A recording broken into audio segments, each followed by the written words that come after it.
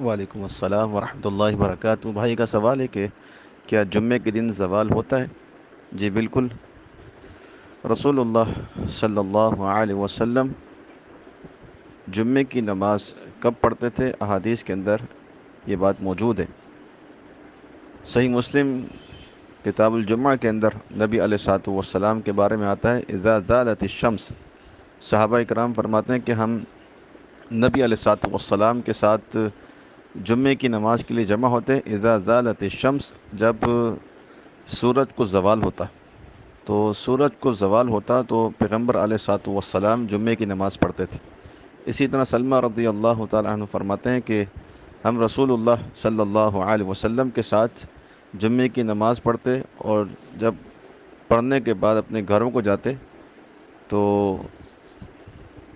بہت تیز دھوپ ہوتی اور سایہ نام کا نہ ہوتا۔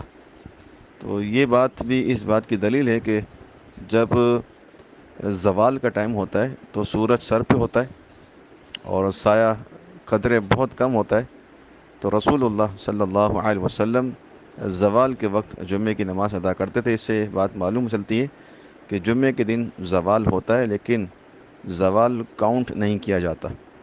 نمازی جمعے کی نماز کے لیے آتے ہیں، جس طرح رسول اللہ صلی اللہ علیہ وسلم کی حدیث ہے کہ جو شخص خطیب سے پہلے آئے تو وہ جتنی اللہ نے اس کو تقدیر میں لکھی ہے نفل نمازیں ادا کر سکتا ہے۔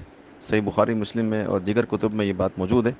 تو اس سے بات معلوم چلتی ہے کہ جب نمازی جمعے کے نماز پڑھنے کے لیے خطیب سے پہلے آئے گا تو یقیناً وہ زوال سے پہلے آئے گا، تو وہ اس وقت نماز پڑھ سکتا ہے۔ تو اس کے بعد خطیب آ جائے تو پھر وہ نماز نہیں پڑھے گا، خطبہ سنے گا۔ تو رسول اللہ صلی اللہ علیہ وسلم چونکہ زوال کے وقت آپ جمعہ شروع کرتے تھے، تو اس سے بات معلوم چلتی ہے کہ جمعے کے دن زوال کا وقت ہے، لیکن زوال کا وقت کاؤنٹ نہیں کیا جائے گا، یعنی کہ نظر انداز کیا جائے گا، اور اس میں نمازی نماز پڑھ سکتے ہیں زوال سے پہلے بھی اور زوال کے وقت بھی۔ اس میں کوئی مذاقہ نہیں ہے۔ ھذا ما عندی واللہ اعلم بالصواب۔